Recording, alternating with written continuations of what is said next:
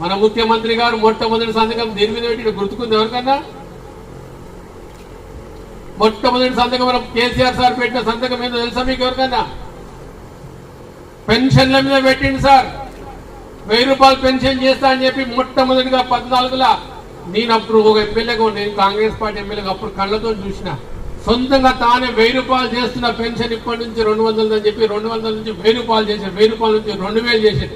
2000 నుంచి ఇప్పుడు 4000 చేస్తా అంటే దానికి ప్రకృతి పడి కొడుకు కాంగ్రెస్ ఏం చెప్పారంటే 5000 చేస్తామని చెప్పింది. మనోళ్ళు నమ్మి కానీ అయ్యిందా?